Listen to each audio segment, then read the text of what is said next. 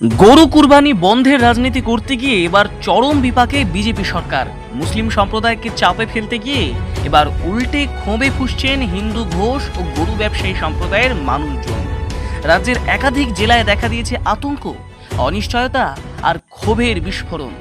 সারা বছর দিনের পর দিন কঠোর পরিশ্রম করে ঋণ নিয়ে সংসারের খরচ কমিয়ে নিজেদের সন্তানের মতো যত্ন করে বড় করে তোলা হাজার হাজার গরু এখন খামারেই পড়ে রয়েছে, কেউ কিনতে আসছে না।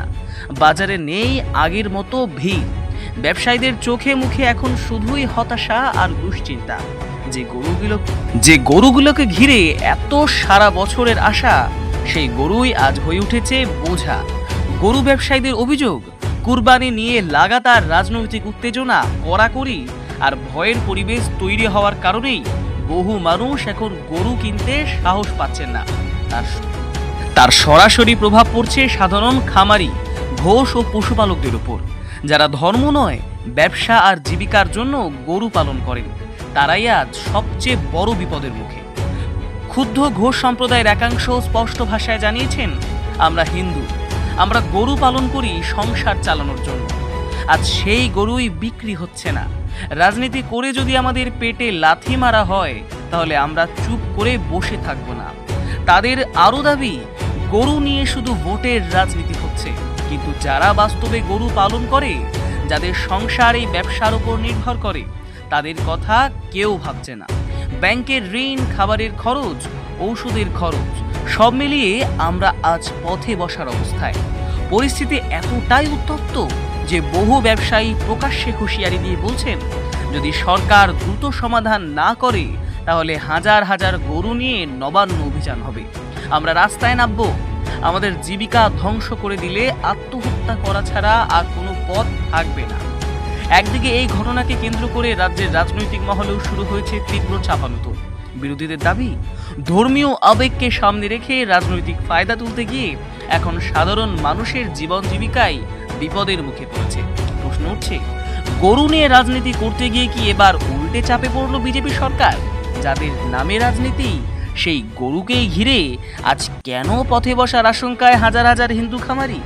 ধর্মের নামে উত্তেজনা তৈরি করে কি সাধারণ মানুষের রুটি রুজি কেড়ে নেওয়া হচ্ছে? রাজ্যের বহু গরু ব্যবসায়ীর কণ্ঠে এখন একটাই কথা, রাজনীতি নয়, আগে বাঁচতে হবে আমাদের সংসার। রাজনীতি নয়, আগে বাঁচাতে হবে আমাদের সংসার। নেক্সট রিপোর্ট, কলকাতা সংবাদ। নিজেরা খেটে খাবো কি আর গরুকে খাবো কি? আমাদের গরু কুরবানি করতে দিক, আর না হলে এই লোক আত্মহত্যা মরে যাবে, সরকারের দায় নিতে হবে। একাধিক লাইনে শুধু সারি সারি গরু, এ মাথা থেকে একবার শেষ প্রান্তে পর্যন্ত গরু সব নিয়ে গিয়ে আমাদের নবান্নকে দাঁড় করাতে হবে।